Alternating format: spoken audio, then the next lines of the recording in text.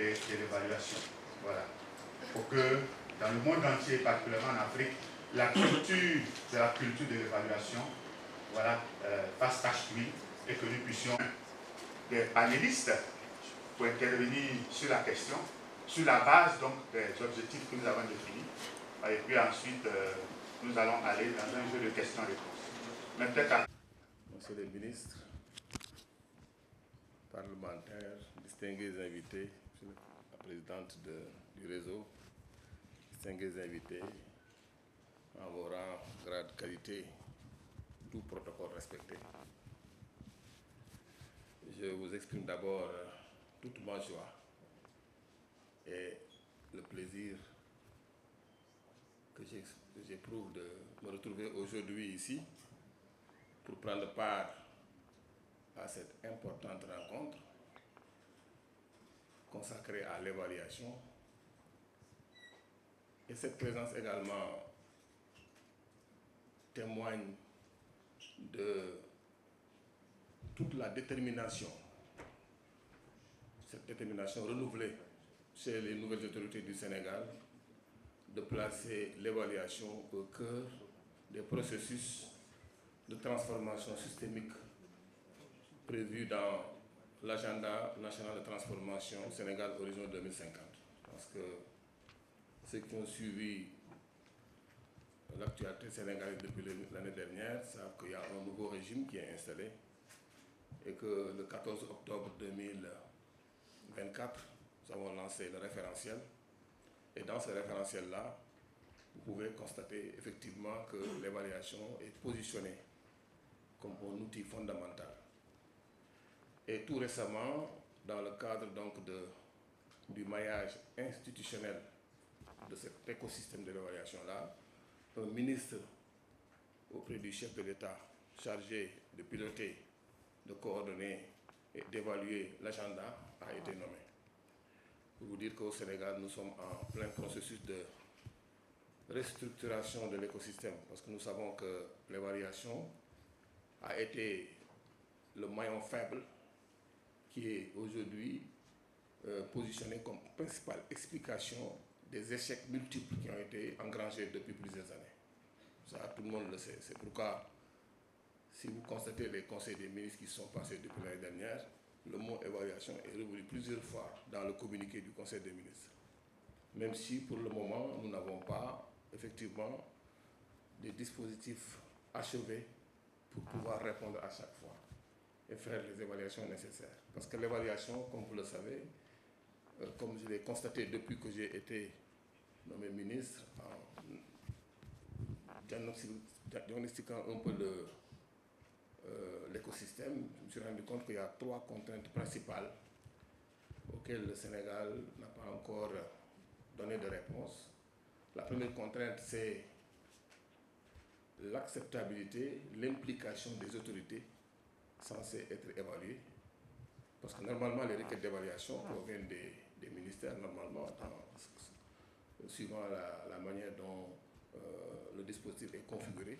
Mais il n'y a pas cet engouement-là, cette acceptabilité-là, cette détermination-là à user de l'évaluation pour avancer. La deuxième contrainte, c'est des contraintes d'ordre temporel. Quand je suis venu, j'ai trouvé un rapport d'évaluation sur la santé, dont l'élaboration a duré 3 ans. Entre-temps, les choses ont beaucoup bougé. Et ce rapport-là, moi, je ne peux même pas en faire une utilisation. La troisième contrainte, donc, c'est la valorisation. Je pense qu'au Sénégal, il y a beaucoup de rapports d'évaluation qui ont été élaborés notamment par les bailleurs de fonds. Parce qu'au niveau de l'État, on n'évalue pas. Généralement, on fait du suivi. Ce qui fait que donc, ces 3 contraintes-là, nous sommes en train de batailler pour y apporter des réponses dans le cadre de la nouvelle architecture institution qui est en train d'être construite.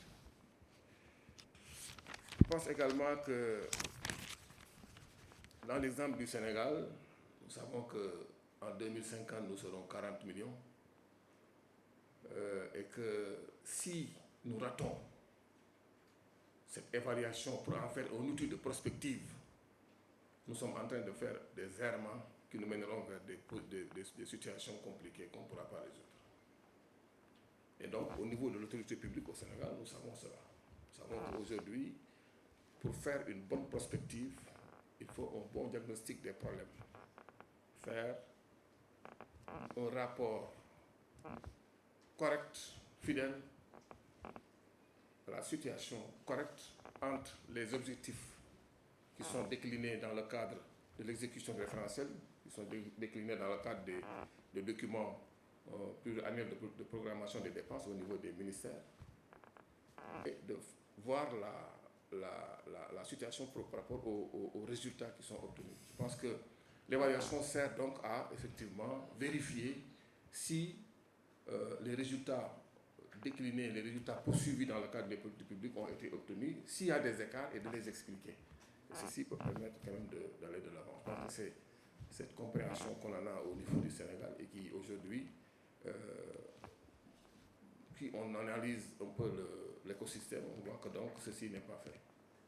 Donc le fait d'être présent ici, c'est effectivement de nous insérer dans cette dynamique internationale, cette coopération, cette dynamique de coordination, d'harmonisation, pour voir comment on peut, au Sénégal, effectivement, parvenir à avoir un schéma institutionnel achevé, des outils d'évaluation conformes aux outils utilisés sur le plan international, et aussi nous appuyer sur ces réseaux-là pour voir comment faire tout pour qu'il y ait une valorisation, une utilisation des données. Récemment, j'ai été au Kenya, où il y avait Evidence for Development, le forum de l'Union africaine sur les évidences.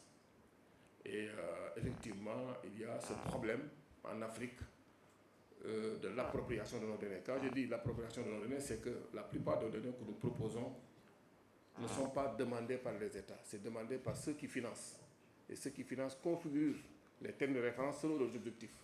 Donc, pour renseigner nos données au niveau africain et avoir des données susceptibles d'être utilisées pour l'intelligence artificielle propre à l'Afrique, il nous faudrait aujourd'hui relever le défi du financement.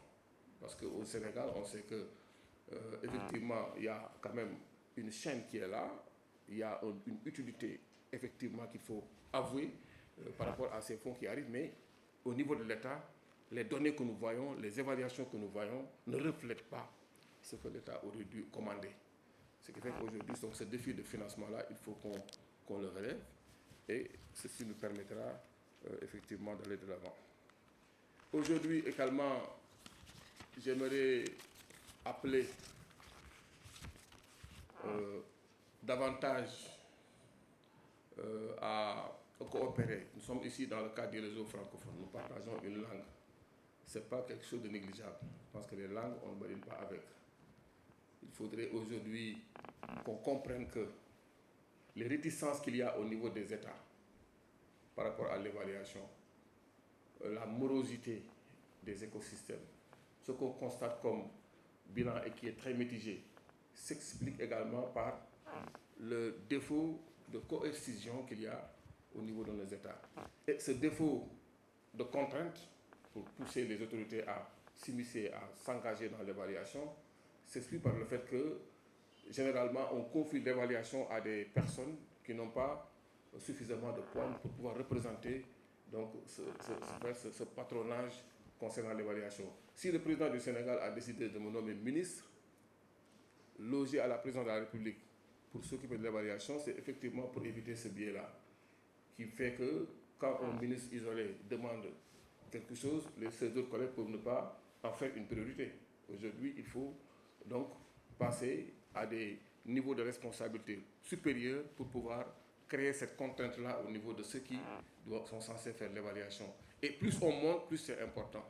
Récemment, pour ces actes, quand on a fait la journée d'évaluation, je disais que, ne serait-ce qu'au niveau UEMOA, il nous faudrait migrer vers la production d'une directive de l'UEMOA.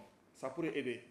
Ça pourrait constituer, comme dans le cadre de la réforme du budget-programme, un outil pour pousser les États à faire ça de manière coercitive, à faire ça de manière dans la contrainte, et ça pourrait aider. Et si on passe à l'échelle CEDEAO, on passe à l'échelle africaine, on passe à l'échelle francophone, l'harmonisation des méthodologies pourrait permettre, et des outils pourraient permettre quand même au niveau des États de créer cette contrainte-là qui pousseront les États à donc faire des évaluations. Donc ça, c'est un appel que j'ai fait. Moi, de toute façon, dans le cadre de mes activités, quand je suis venu, j'ai rencontré toutes les parties prenantes concernant les variations, avec une grande humilité. Nous savons que nous n'avons pas le monopole du savoir. Nous apprenons tout le monde, on discute avec tout le monde, pour essayer de voir comment, avec tout le monde, nous allons configurer donc, cet écosystème-là afin de pouvoir avoir des résultats dans le court terme. Aujourd'hui, il y a beaucoup, ça bouge sur le plan de la méthodologie, ça bouge. Hein. Je pense qu'au niveau de l'Afrique du Sud, du Canada, il y a l'expérience des évaluations rapides. Et on sait qu'aujourd'hui, avec l'IA, donc j'ai vu une présentation hier qui était très intéressante sur l'IA en rapport avec l'évaluation. Et l'utilisation de l'intelligence artificielle pourrait permettre quand même d'avoir une méthodologie qui permettrait d'avoir des évaluations rapides et de pouvoir tout de suite avoir des données probantes qui puissent permettre de guider aux réformes. Donc ça, c'est vraiment un appel que je lance. C'est-à-dire qu'il faudrait qu'on arrête de nous cloisonner dans nos États et de vouloir faire des choses sensibles comme l'évaluation. Je pense que le partage des données, la coopération, l'harmonisation des méthodologies, l'harmonisation des guides, c'est un argument important qui permettra de donner à l'évaluation donc le rôle qu'il doit jouer dans tous nos États. Je pense que j'espère que je n'ai pas encore dépassé mon temps. Je vais donc laisser la parole aux autres panélistes. Je vous remercie pour votre attention. Merci. Merci, monsieur le ministre. Il a parlé aussi donc de faiblesses économiques, des moyens qui manquent souvent. Et une note de satisfaction, c'est qu'il a terminé par les engagements. Engagement, tout à l'heure, l'UEMOA. Nous espérons que le directeur de l'UEMOA, dans les jeux de questions-réponses, va faire des contributions au cabinet du ministre de l'économie et du plan de Côte d'Ivoire. En général, en matière d'évaluation, le Sénégal est un très bon facteur de la Côte d'Ivoire. Alors, il a parlé donc de la loi qui a été prise sur l'évaluation. Avec les difficultés que vous avez mentionnées, nous savons que très souvent, quand nous venons à nos rencontres, le Sénégal est toujours présent. Moi, je suis membre du Sénégal. Beaucoup de choses sont faites. En tant que directeur d'évaluation, qu'est-ce qui est prévu au niveau de l'appareil de l'État en termes de loi, en termes de dispositifs? Et qu'est-ce qui est fait aussi pour accompagner toutes les ONG qui veulent faire la promotion de l'évaluation? Du financement, mais également ça pêchait dans le sens de l'ouverture. Ce n'était pas ouvert. C'était un groupe d'individus qui s'étaient accaparés du secteur et qui faisaient le travail. Parce que moi, je crois fortement à Condorcet qui disait il y a deux siècles que sans avance, l'innovation reste dans un style de médiocrité. C'est-à-dire qu'eux, ils appellent les avances investissement. C'est-à-dire que vous n'aurez que la qualité de l'investissement que vous sortez. Vous n'aurez que la qualité des ressources humaines que vous mobilisez. Mais si vous avez de l'ego, vous n'êtes pas humble, vous ne pouvez pas faire grand-chose. Et ça s'est passé comme ça. Des gens se sont arrogés le pouvoir de tout régenter et ça a échoué. Aujourd'hui, notre ligne d'action, nous, c'est d'ouvrir, d'appeler les vrais spécialistes qui connaissent les secteurs, de travailler avec eux pour avoir l'architecture. Nous sommes en train de parler de système national d'évaluation où tout sera regroupé, comme on l'a au Sénégal dans le système national de planification. Nous sommes également en train de réfléchir, est-ce qu'il ne faut pas avoir une politique nationale d'évaluation comme au Bénin, ou avoir une loi comme en Côte d'Ivoire. Au Sénégal, il y a des lois éparpillées un peu dans chaque ministère. Au niveau du ministère de l'économie, de la coopération, du plan et de la coopération au Sénégal, vous avez tout un dispositif des règlements qui sont édictés, qui fonctionnent, mais il nous faudrait passer dans un cadre beaucoup plus holistique. Et ça permettrait quand même d'avoir plus de résultats. Donc nous, ce qu'on voudrait, c'est effectivement réfléchir à avoir donc ce document-là qui nous permettra, qui servira de support pour tout. Je pense que j'ai été invité récemment par l'Assemblée nationale, je suis allé les voir. Et quand je suis venu, tout de suite, j'ai su qu'ils veulent s'arroger des missions d'évaluation. Je leur ai dit, vous, non. C'est des requêtes d'évaluation que vous faites et du suivi pour la valorisation. Vous êtes des parlementaires. Vous n'avez pas les capacités techniques pour faire des évaluations. Bon, ça, c'est un débat que j'ai laissé au Sénégal. Moi, je ne mange pas mes mots. Je suis venu, j'ai dit ça au comité de pilotage. Et au niveau de la Cour des comptes également, dans la Constitution, il est prévu que la Cour des comptes donc, ait des missions d'évaluation. Eux aussi, je leur ai dit, non, vous êtes dans le contrôle, vous êtes dans la supervision, vous êtes dans le contrôle, il faudrait quand même configurer la règle, chercher dans l'évaluation vos objectifs pour le contrôle. Maintenant, c'est le ministère de l'économie qui comporte donc une certaine structure, et la présidence qui a créé la structure qui coiffe, qui doivent quand même produire le support institutionnel qui permettra de réaliser l'évaluation. Donc je vous dis simplement pour terminer que l'évaluation est une pratique au Sénégal qui fonctionne. Les associations d'évaluation comme Sénéval sont des associations qui fonctionnent très bien, qui participent à toutes les rencontres internationales, mais il reste au niveau interne quand même une dynamique pour faire des évaluations régulières et pour effectivement faire représenter à l'évaluation ce qu'elle doit représenter dans le champ économique. Merci. Alors, Monsieur le ministre, à votre suite, tout à l'heure vous avez parlé des captures de bonnes pratiques. Avec tout ce que le directeur de cabinet a dit, votre intervention a une expérience, l'expérience de la Côte d'Ivoire, parce que nous sommes dans un cadre de partage d'expérience. Et monsieur le directeur du cabinet l'a indiqué tout à l'heure, nous avons promulgué une loi sur l'évaluation des politiques publiques. Et le processus d'élaboration de cette loi a été très participatif. Je peux vous assurer que le ministère de l'économie du plan de développement, qui à un moment donné coordonnait le processus, nous avons dû même laisser la présence des travaux à la Cour des comptes. À la Cour des comptes, il y a quelqu'un à la Cour des comptes, un haut magistrat qui a présidé l'ensemble des échanges. Le processus a été très participatif et je voulais partager cette expérience avec vous. Nous avons bénéficié du réseau francophone, nous avons capitalisé les meilleures expériences ailleurs et je peux vous dire que pour ce qui concerne la Côte d'Ivoire, déjà l'évaluation est dans la Constitution de 2016. C'est le premier élément. L'autre aspect, c'est que c'est une loi qui permet à chaque acteur de pouvoir jouer sa partition. Et l'Assemblée nationale et le Sénat ont toutes leurs places. Ils ont participé pleinement au processus. Et pour la Côte d'Ivoire, l'évaluation externe est du ressort du Sénat et de l'Assemblée nationale. L'évaluation interne est du ressort du ministère de l'économie du plan de développement en liaison avec l'ensemble des démembrements de l'État, avec également l'inspection générale de l'État. Donc, ce panel sera très court pour partager les expériences, mais je peux insister pour dire que, comme vous le savez, le gouvernement conduit l'action publique et les chambres du Parlement font le travail d'évaluation externe. Nous avons bien noté cet aspect.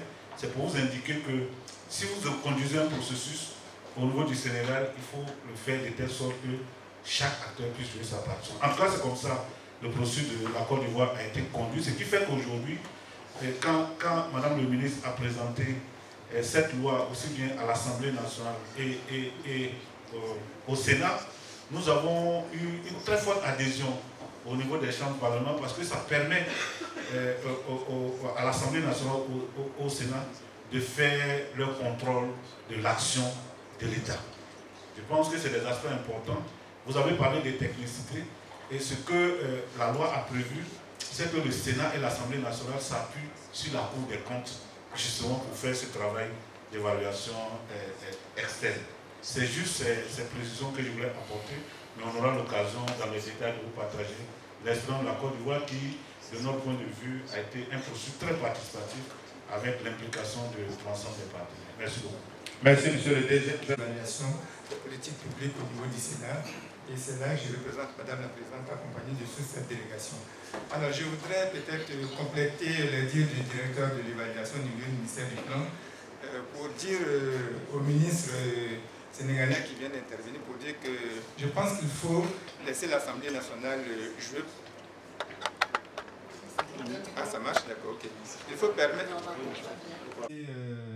le Parlement au Sénégal joue pleinement son rôle parce que c'est très important et le bon président vient de le dire, mais je voulais juste appuyer pour dire qu'il faut permettre à l'Assemblée nationale qui contrôle l'action du gouvernement de faire cette évaluation. Parce que si vous contentez des évaluations internes, ben, je ne dirais pas que ce n'est pas bon, mais ce n'est pas suffisant parce qu'il faut un regard extérieur. Il faut permettre ce regard extérieur-là du Parlement pour que vraiment on soit objectif.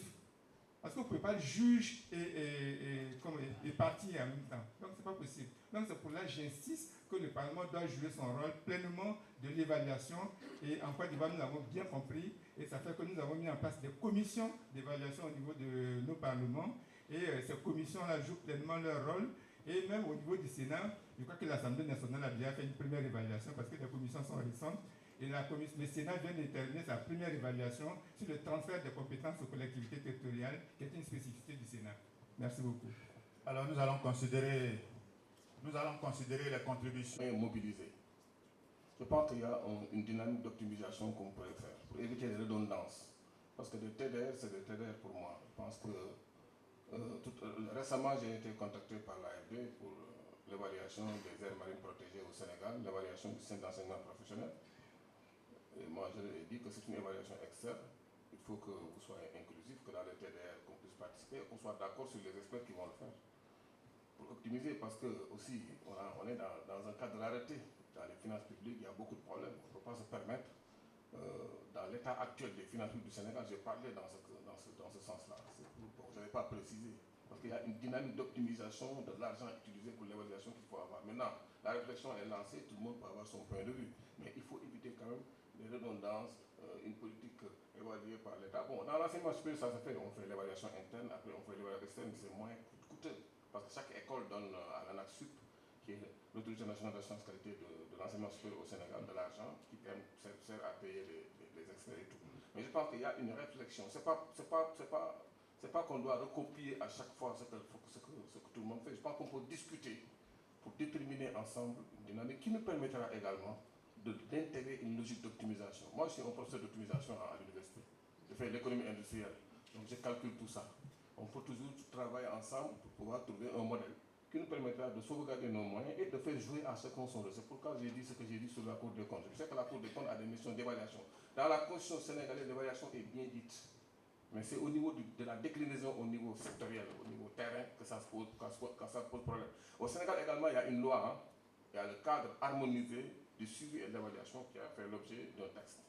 Mais bon, pour le moment, comme le président a choisi de refaire la structure, bon, ces textes-là sont un peu caducs, il faudra les refaire. Donc nous sommes dans ce sens-là. Mais l'évaluation est une pratique qui continue. Au moment où je parle, on vient me voir pour des évaluations qui sont planifiées dans certains secteurs qui se font. Mais il faudra regrouper tout ça et organiser tout ça.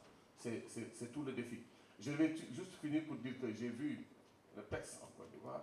J'ai également écouté avec beaucoup de plaisir le directeur de l'évaluation au Bénin, au CESA, qui a présenté vraiment une expérience extrêmement positive, une expérience vraiment qu'il faut capitaliser. Et d'ailleurs, c'est pourquoi j'avais dit qu'il ne faut pas vouloir réinventer la roue au Sénégal. Si on a le Bénin qui est un peu en avance à Côte d'Ivoire, nous sommes tout à fait prêts à venir travailler pour avoir une dynamique d'administration qui nous permettra d'économiser un peu par rapport aux ressources humaines, par rapport à refaire des choses, par rapport donc, à l'efficacité et capitaliser tout ce que ces pays-là ont. Voilà. Merci, monsieur le ministre. Nous allons rappeler la méthodologie. Nous allons laisser en économie et le directeur de l'évaluation. Voilà. Nous quittons donc la zone UEMOA pour aller dans la zone CEMAT. Monsieur Wadita. Merci, monsieur le modérateur. Je remercie les organisateurs et je remercie monsieur le ministre Luc-Joseph Okio qui m'a chargé de le représenter parce qu'il s'est posé un conflit d'agenda. Qu'est-ce qu'il faut dire sur l'institutionnalisation de l'évaluation au Congo? On peut retenir 3 séquences. C'est à partir des années 1980, avec les programmes d'ajustement structurel, que l'évaluation a commencé dans notre pays comme instrument de pilotage et de gouvernance. Parce qu'il fallait accompagner les différents plans. À l'époque, on les appelait les plans quinquennaux, pour pouvoir répondre au plan d'ajustement structurel. Plus tard, autour des années 1990-2000, on a eu une deuxième séquence. Là, il s'est agi principalement de documents de stratégie de lutte contre la pauvreté. Et dans le cadre de l'élaboration de ces documents, il était toujours indiqué la mise en place d'un dispositif d'évaluation de ces plans. Et c'est à cette étape où on a eu à utiliser suffisamment de données statistiques. À titre d'illustration, en 2005 a été organisée 3 grandes enquêtes. Une enquête ménage pour l'évaluation de la pauvreté, l'enquête démographique et de santé et une enquête emploi. Rien que pour alimenter le DSRP, donc le document de stratégie de lutte contre la pauvreté, qui était préparé à cette année. Et un autre aspect de l'évaluation de cette période, c'est la participation. Donc, à côté des enquêtes statistiques, il y a eu plusieurs consultations des différentes parties prenantes pour alimenter le processus d'évaluation qui était associé à ces documents de planification. Ensuite intervient la dernière séquence. La dernière séquence, c'est comme une forme peut-être pas de remise en cause, mais nous sommes en train de revoir tout le dispositif avec la mise en place des nouveaux outils législatifs et réglementaires. À titre d'illustration, les 4 dernières années, le Congo a publié 6 à 7 lois qui portent sur l'évaluation. Il y a eu la loi sur l'orientation, sur la performance de l'action publique, qui est centrée sur les performances et donc l'évaluation de toutes les politiques, les programmes et projets mis en œuvre au niveau du pays. Il y a eu aussi la loi organique relative à la loi de finances qui a posé le cadre qui rend obligatoire tout programme doit être évalué au niveau des instances publiques.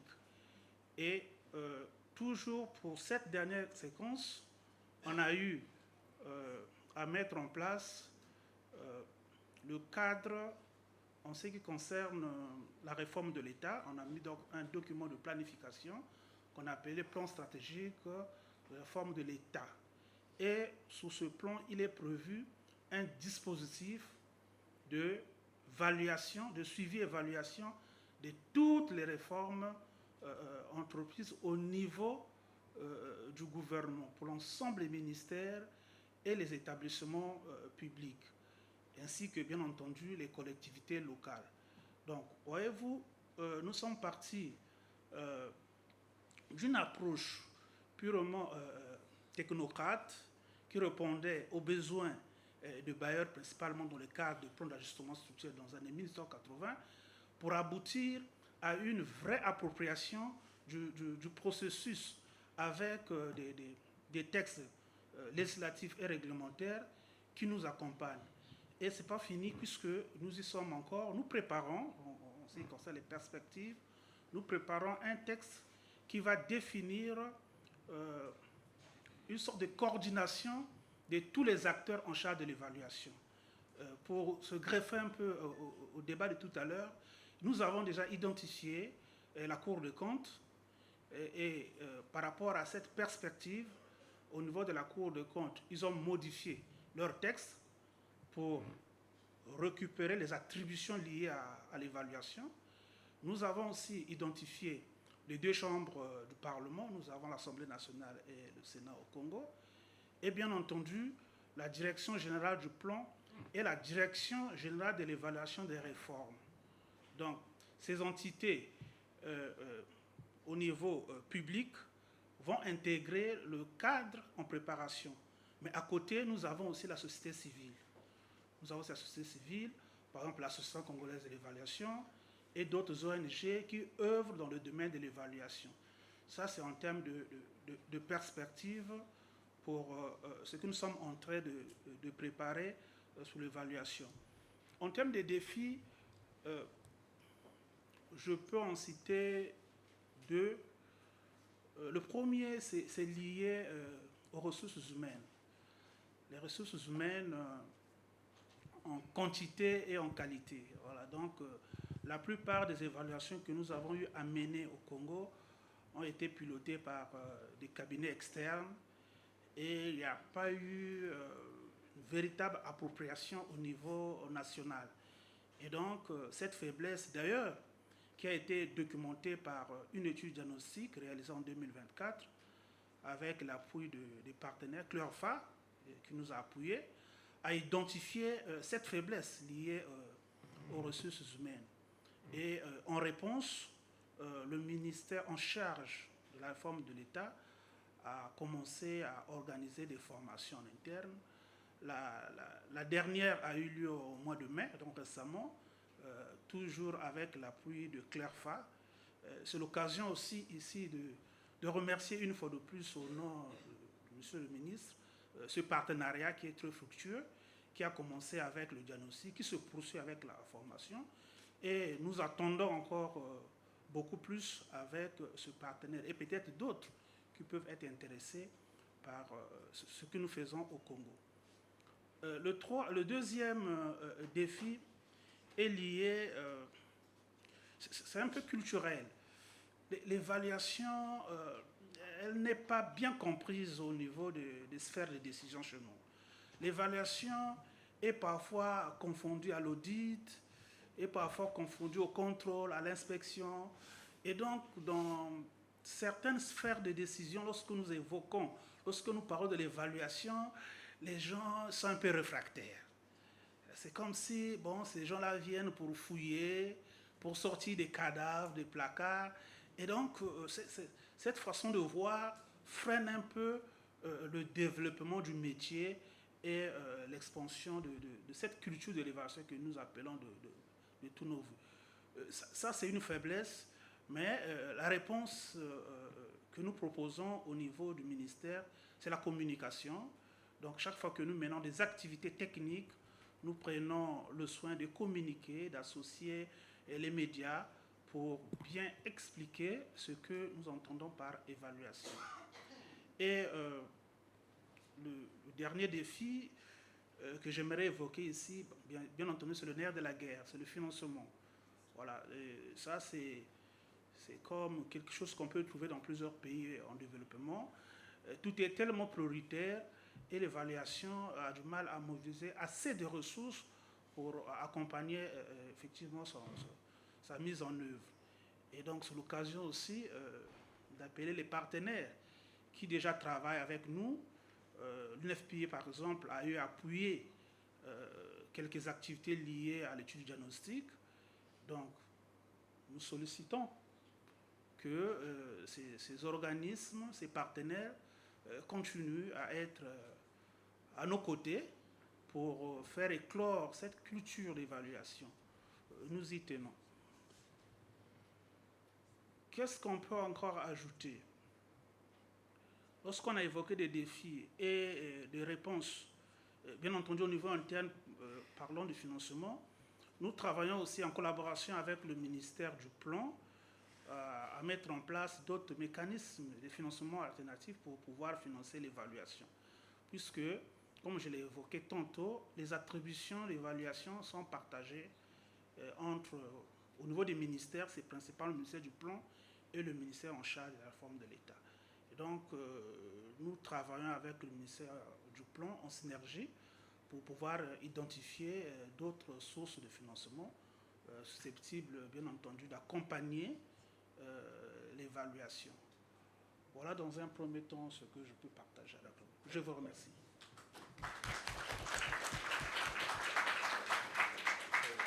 Merci. Nous avons écouté M. Wadika qui a présenté l'évolution de l'évaluation au Congo en élaborant un document de stratégie de réduction de la pauvreté, lequel a été enrichi par des enquêtes EDS et des enquêtes démographiques.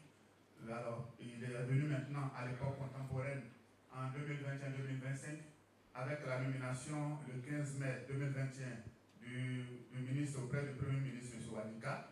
Voilà. Et donc, une série de réformes politiques et sociales ont été faites, mais aussi, ils sont rentrés dans le mouvement de la soutenabilité budgétaire avec la budgétisation axée sur les résultats. Il a mentionné tout à l'heure pourquoi on a la réduction et la redevabilité au niveau de l'administration.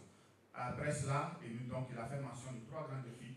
Alors, un premier défi qui, lui, est repose sur les ressources humaines. À cette occasion, la réponse qu'il a donnée, c'est qu'il y a un mois, le Congo-Brazzaville a fait une formation sur le suivi d'évaluation axé sur les résultats.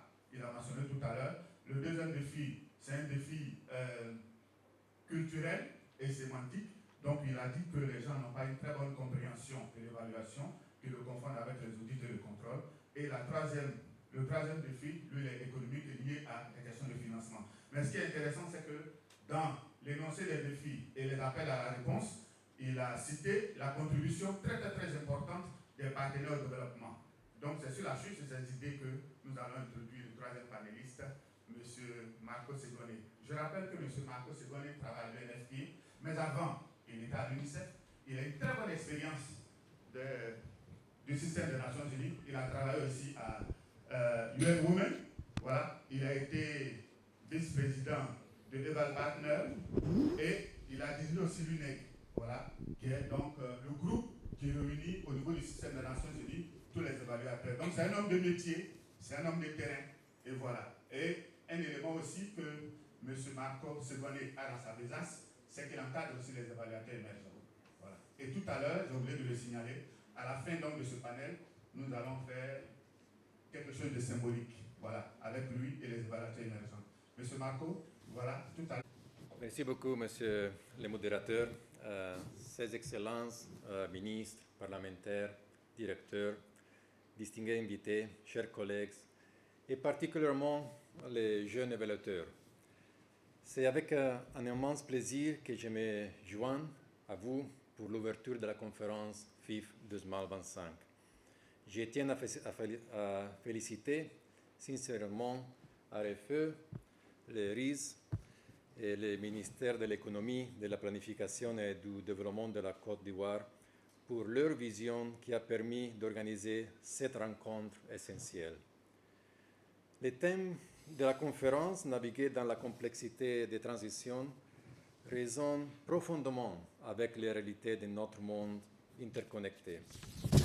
Il reconnaît à juste titre le paysage mondial de plus en plus dynamique et multiforme dans lequel nous évoluons, et souligne le rôle indispensable de l'évaluation pour comprendre et répondre efficacement à ces profonds changements. Il nous oblige surtout à réfléchir à la manière dont l'évaluation elle-même doit s'adapter et innover pour rester pertinent dans le contexte de ces transformations en cours.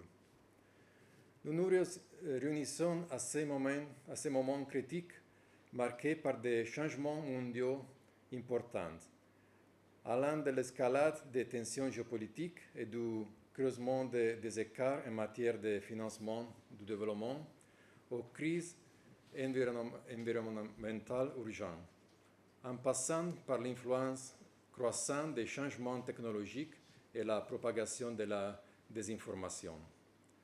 Dans ce contexte complexe, le pacte d'avenir des Nations Unies, qui met fortement l'accent sur le multilatéralisme et le développement durable, constitue un cadre essentiel pour relever ces défis interdépendants à l'échelle mondiale. Pour rester pertinent, l'évaluation doit être réactive et ouverte à l'innovation. Nous devons en effet sortir des sentiers battus. En particulier, lorsque nous sommes confrontés à des transitions complexes, une évaluation réactive fournit les preuves les plus solides possibles pour maintenir et accroître les investissements essentiels dans le développement et l'aide humanitaire. En outre, elle démontre clairement les rapports qualité-prix non seulement des interventions elles-mêmes, mais aussi du processus d'évaluation, renforçant ainsi son importance stratégique.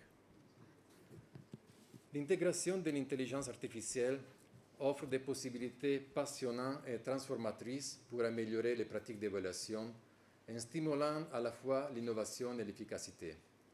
Cependant, nous devons procéder avec prudence, en abordant de manière proactive les questions d'équité, de traitement éthique des données et du rôle indispensable d'un contrôle humain continu dans le processus d'évaluation. Cette volonté d'innovation doit être liées au principe d'inclusion, en s'efforçant activement de réduire la fracture numérique au sein de la communauté des évaluateurs. Il est primordial de garantir un accès équitable aux outils et aux connaissances en matière d'intelligence artificielle pour tous les évaluateurs, et particulièrement ceux des pays du Sud. En outre, nous devons exploiter les potentiels inhérents aux jeunes évaluateurs en tant que natifs du numérique, en encourageant leur engagement dans ces paysages évolutifs. Le renforcement des capacités éthiques en matière d'intelligence artificielle, tant pour les jeunes évaluateurs que pour les plus expérimentés, grâce à des partenariats innovants avec le secteur technologique, sera essentiel pour progresser de manière responsable. Pour naviguer efficacement dans les complexités des transitions, les évaluateurs doivent adopter des approches systématiques plus solides. Ce cadre essentiel nous permet de comprendre l'interdépendance des défis auxquels nous sommes confrontés, en dépassant les modèles linéaires simplistes pour saisir les réalités dynamiques et souvent non linéaires du changement. Adopter une pensée systématique et des méthodologies adaptatives nous oblige à utiliser divers outils et à donner la priorité à un engagement participatif authentique, en intégrant l'évaluation comme un processus d'apprentissage continu, profondément ancré dans les contextes sociaux et culturels afin de garantir des informations équitables et pertinentes. À l'avenir, nous devons promouvoir des partenariats multipartis et intergénérationnels plus solides, en veillant notamment à l'inclusion significative des jeunes et d'autres populations marginalisées, telles que les peuples autochtones et les communautés locales, entre autres. Les pratiques d'évaluation fondées sur l'équité et une participation solide offrent une réponse puissante et efficace à la complexité inhérente aux transitions, favorisant la co-création des connaissances et conduit à des résultats plus inclusifs et en fin de compte plus pertinents. En conclusion, notre capacité à naviguer les complexités des transitions mondiales grâce au pouvoir de l'évaluation dépend de notre engagement collectif en faveur d'approches audacieuses et avant-gardistes, des principes ethniques et d'un engagement profond en faveur de l'inclusion à chaque étape. Saisissons cette précieuse occasion offerte par la conférence FIF 2025 pour apprendre les uns des autres, forger des collaborations significatives et tracer une voie claire pour l'avenir de l'évaluation qui soit innovante et influente. Je vous remercie. Merci. Alors, M. Marco Segoné au cadre déjà aux OMD en évoquant le pacte des nations mis en place par le secrétaire général Kofi Annan en 2008 et puis qu'il est arrivé aux ODD, aux objectifs de développement durable, en rappelant donc le principe de base ne laisser personne de côté. Cela sous-entend que aujourd'hui le genre, les personnes handicapées, les jeunes, les femmes et particulièrement les jeunes qui sont friands de Haïti, notamment par rapport à une transition numérique, doivent être favorisés. Je crois que cette intervention ouvre le champ aux grandes thématiques que nous allons aborder tout à l'heure dans les panels et donc dans les interventions individuelles. Il a ouvert le champ. Et ce champ qu'il ouvre, voilà, donne l'occasion maintenant de laisser la place à Madame Sandrine Beaujean. Sandrine Beaujean, elle est à Artemis Information Management. Alors, elle a une très bonne expérience en matière d'évaluation et de renforcement des capacités. Voilà, je rappelle qu'elle est la présidente du RFE, mais en dehors de diriger le RFE, qui est une ONG, dans son métier, elle respire l'évaluation. Nous allons donc lui laisser le temps de nous donner cette respiration-là un peu aussi. Voilà. D'acteurs institutionnels de premier plan, qu'ils soient nationaux, régionaux ou internationaux. Mais en tant que présidente du réseau francophone de l'évaluation, mais également en tant que vice-présidente de la Société luxembourgeoise d'évaluation et de prospective, je représente une communauté. La communauté des évaluatrices et des évaluateurs francophones, des praticiens, des praticiennes, des chercheurs, des chercheuses, des jeunes professionnels, des responsables associatifs. En somme, je représente toutes celles et ceux qui, au quotidien, travaillent à rendre l'action publique plus transparente, plus équitable et plus efficace. Une communauté qui croit profondément que l'évaluation a un rôle stratégique à jouer pour répondre aux transitions complexes que nous rencontrons aujourd'hui. Et ce forum, pour cette communauté, c'est un rendez-vous important, et pas seulement pour les professionnels de l'évaluation, pour les gens qui respirent évaluation, mais c'est également un moment important pour toutes celles et ceux qui pensent que les politiques publiques doivent être plus utiles aux citoyens et aux minorités. Comme cela a été souvent souligné ce matin, nous traversons une époque bouleversée, qui rencontre des bouleversements profonds, qu'ils soient de nature politique, climatique, numérique, sociale, économique.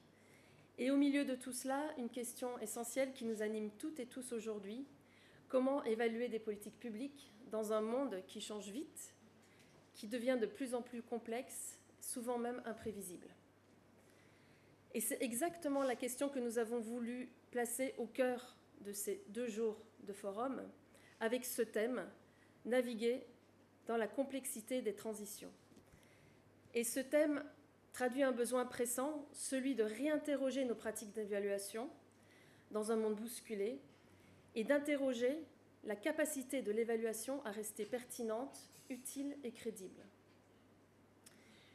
Ces transitions sont des occasions pour notre communauté de renouveler ses méthodes, de bâtir des alliances plus fortes entre institutions, entre territoires, mais aussi entre cultures. Nous savons que les approches classiques d'évaluation ont aujourd'hui atteint leurs limites. La réalité ne rentre pas dans des cases. Les changements sont interconnectés. Les résultats ne sont pas toujours mesurables immédiatement. Et souvent, les solutions émergent d'où on ne les attendait pas. Alors il faut apprendre à penser autrement, à évaluer autrement et surtout à écouter autrement. Cela a déjà été souligné plusieurs fois, mais l'un des fils rouges de ce forum, c'est bien sûr l'intelligence artificielle qui est l'un des marqueurs visibles de cette transformation. L'intelligence artificielle, elle est partout, dans nos outils, dans nos analyses, dans nos discussions.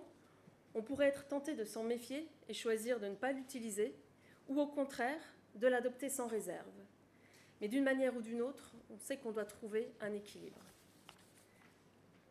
Comme l'a souligné avant moi Marco Sigonnet, l'évaluation pose de vraies questions. Est-ce qu'on garde vraiment la main sur nos analyses? Comment éviter les biais? Est-ce qu'on protège assez les données et donc les personnes? Et surtout, est-ce que tout le monde a accès à ces technologies et à ces outils de la même manière? L'IA peut élargir le champ de nos analyses, alléger des tâches complexes, pénibles, aider à structurer des masses de données considérables. Mais il faut savoir, et je suis sûre que vous le savez toutes et tous, que l'IA n'est pas neutre. Elle repose sur des choix algorithmiques qui ne sont pas neutres. Les biais existent.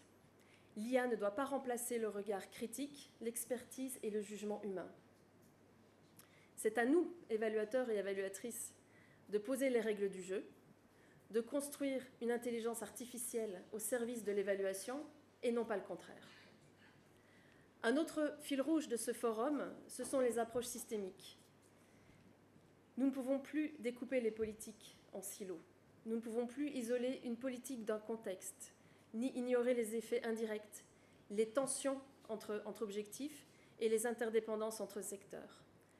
Les approches systémiques nous invitent donc à penser en relation, en dynamique, non plus de façon linéaire, comme l'a souligné également Marco. Ce qui me réjouit aujourd'hui, c'est de voir la diversité des profils présents ici à Yamoussoukro pour ce FIF. Des évaluateurs, des évaluatrices expérimentées, des jeunes professionnels, des politiques, des parlementaires, des chercheurs, des chercheuses, des consultants, des agences, des membres de la société civile, et je sais que j'en passe. Et cette diversité est précieuse. Elle est précieuse parce qu'elle nous oblige à croiser les regards. Elle nous oblige à reconnaître que l'expertise ne vient pas que du haut, ni de l'extérieur. mais aussi des communautés, des territoires et des expériences vécues. Les jeunes évaluateurs et évaluatrices prennent leur place. Les associations nationales montent en puissance. Les savoirs locaux, les approches autochtones, le Sud global s'imposent dans les débats, tout comme la voix de la francophonie. Et nous le savons, la communauté francophone de l'évaluation est une vaste communauté qui s'élargit, se renouvelle et s'affirme, et en particulier sur ce continent. Mais soyons lucides, certaines voix restent encore trop peu audibles. Je vais prendre l'exemple de la voix des femmes, encore trop peu nombreuses aujourd'hui au sein de cette Assemblée. Ma présence à cette table pour l'ouverture de ce FIF est bien sûr un signe encourageant, mais encore insuffisant.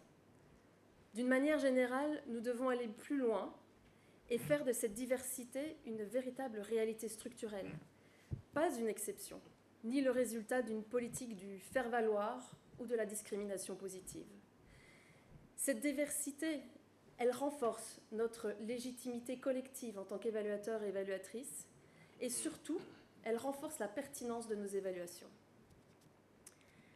Et dans ce contexte, le réseau francophone de l'évaluation se positionne comme un facilitateur, un connecteur, un amplificateur de voix. Et c'est parce que nous sommes un réseau d'associations nationales d'évaluation engagées que nous sommes en mesure de créer les conditions pour les acteurs et les actrices de l'évaluation, leur permettre de se parler, de se soutenir et d'apprendre les uns des autres. Notre mission au niveau du RFE et de ces associations nationales, c'est donc de favoriser l'échange entre pairs, le partage de pratiques et le développement de compétences. Aujourd'hui, le multilatéralisme, la coopération internationale, l'aide au développement sont questionnés, les financements baissent, les priorités changent, la tentation du repli grandit, mais dans ce contexte, et précisément dans ce contexte, nous devons maintenir le cap.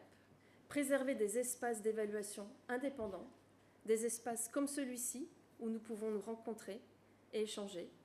Nous devons défendre la rigueur et la transparence des évaluations et garantir l'usage des résultats de ces évaluations pour éclairer les décisions. Nous avons besoin d'évaluations solides, mais nous avons aussi besoin de communication, de canaux de communication renouvelés, capables de faire passer nos messages dans un monde saturé d'informations, parfois vraies, mais souvent fausses.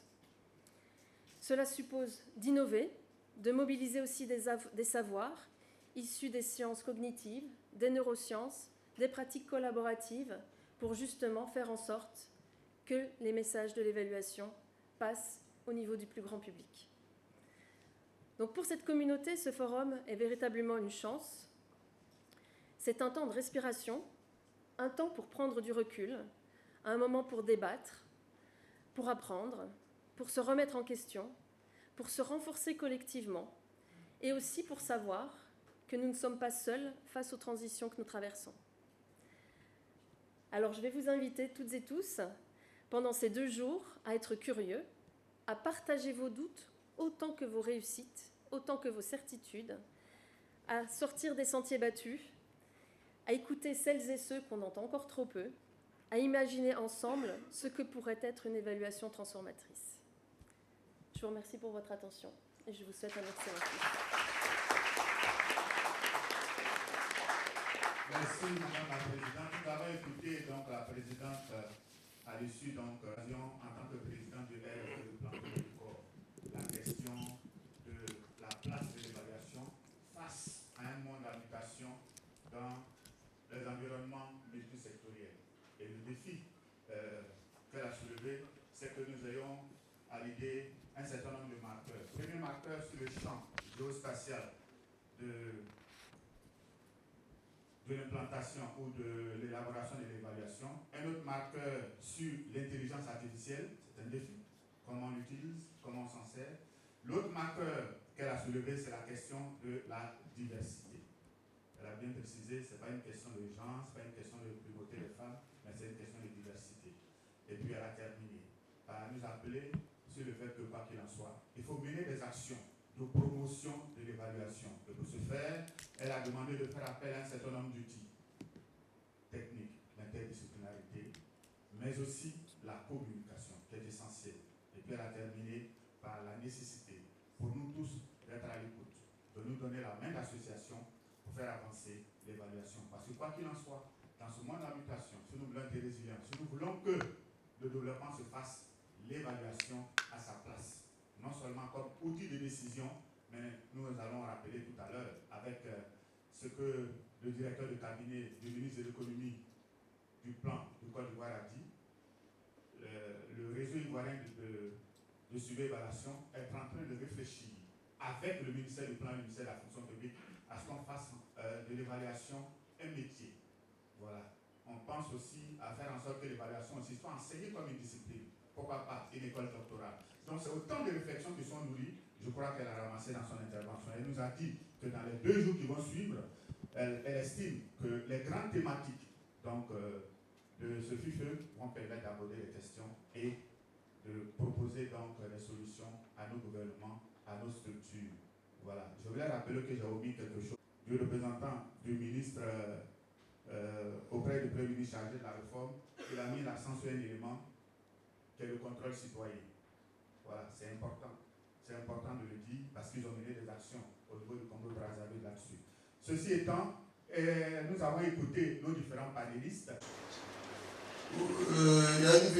Récemment, je me présente, je suis Niamey Kado de la Côte d'Ivoire, président de la communauté des pratiques pour la gestion sur les résultats. Donc on va aller très vite. Monsieur Niamey, présentation. Je suis Niamey Kado, président de la communauté des pratiques pour la gestion sur les résultats pour la Côte d'Ivoire, membre fondateur du RIS, Réseau ivoirien de suivi et évaluation de la Côte d'Ivoire. Et concernant cette fonction de l'évaluation, dans une évaluation antérieure, il a été montré que sur le maillon, la chaîne prospective, planification, programmation, budgétisation, suivi et évaluation, la fonction suivi et évaluation était la plus faiblement utilisée. Et je me réjouis que la communauté française de l'évaluation ait mis l'accent sur ces fonctions-là pour en faire la promotion. Je considère qu'il y a des éléments importants à regarder, surtout avec les changements, les transitions qui s'opèrent. Premier élément de transition, c'est l'adoption de la gestion axée sur les résultats.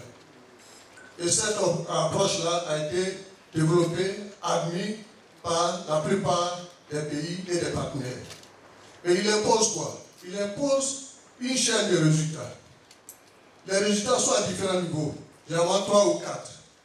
Donc quand on doit faire l'évaluation, il faut qu'on s'assure à quel niveau de cette chaîne on se positionne. Et ça permet de savoir quels sont les acteurs qui peuvent intervenir à différents niveaux de la chaîne. Parce que si on a fait une évaluation d'impact, ça paraît plus complexe, ça demande un certain niveau de compétence. Et quelles sont les institutions qui sont qualifiées pour pouvoir faire ce type d'évaluation? Deuxième élément, c'est la question de l'adoption du budget programme. Le budget programme dans les pays de l'UEMOA, ça a été adopté depuis, pour la Côte d'Ivoire, c'est depuis 2020. Donc cette adoption, cette approche impose de mettre l'accent sur la performance. Donc on passe du langage de l'action au langage du changement.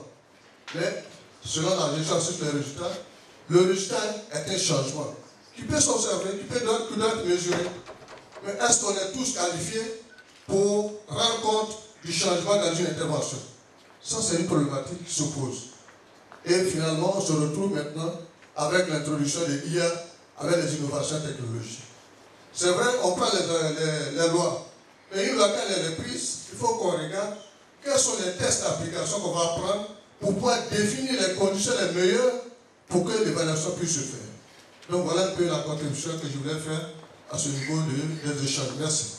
Le directeur général de l'évaluation politique publique au Bénin. Je voudrais juste faire une contribution illustrative en lien avec une des préoccupations soulevées par son Excellence, Monsieur le ministre conseiller du Sénégal, qui a, dans son intervention, interpellé le fait qu'il n'est pas bien que nous avancions isolément en tant que pays sur cette thématique, parce que ce que j'ai compris de son intervention, l'union peut faire la force sur ce champ. Eh bien, je ne voudrais pas rassurer, monsieur le ministre, mais partager avec vous une expérience. En 2017, le gouvernement du Bénin, en collaboration avec 3IE, c'est-à-dire l'Initiative internationale pour l'évaluation d'impact, a réfléchi un peu sur cette préoccupation. Et ce qui est sorti de cette préoccupation, de cette réflexion, c'est la mise en place d'un programme régional que nous avons appelé à l'époque WASI, c'est un acronyme anglophone, le West African Impact Evaluation Program. Donc, ce programme a concerné les 8 pays de l'UEMOA. Et dans chaque pays de l'UEMOA, il y a un point focal qui a porté le programme. Et je vois le point focal de la Côte d'Ivoire dans la salle. Bien. Et donc, c'était pour mutualiser un peu les forces, les connaissances et les expériences. Mais ce qui est intéressant de partager ici, tout particulièrement, et qui est en lien avec la préoccupation du ministre, c'est que ce programme devrait déboucher sur 2 résultats.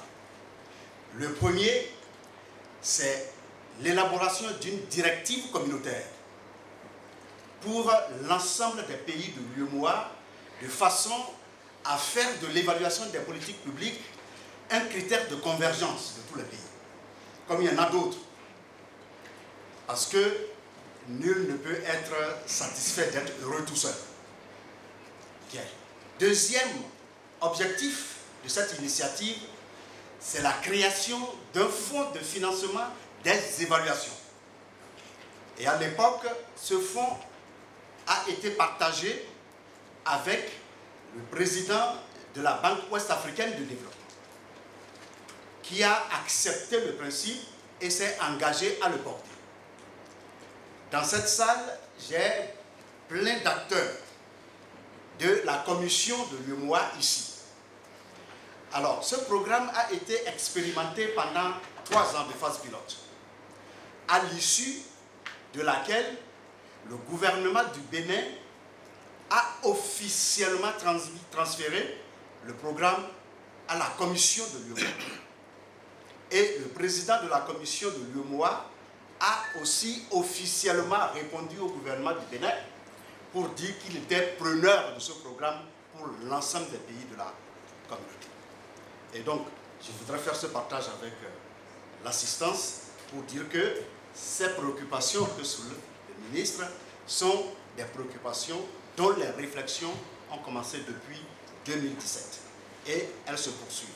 Les gens de la commission peuvent nous dire maintenant où est-ce que nous en sommes avec soit la directive communautaire, soit la création du fonds pour le financement des évaluations dans notre espace. Merci. Merci DG. Nous allons laisser la table de séance répondre à ces 2 interventions. Et quand vous regardez également la loi en Côte d'Ivoire, effectivement, on sent qu'il y a un travail de coulisses colossal qui a été fait. Mais je vais juste finir là où monsieur le directeur a fini, c'est sur le suivi des résultats. Parce que ces efforts-là, bon, peut-être que Abdul Aziz de Seine-et-Val pourrait en parler mieux que moi. Moi, j'y suis venu tout récemment.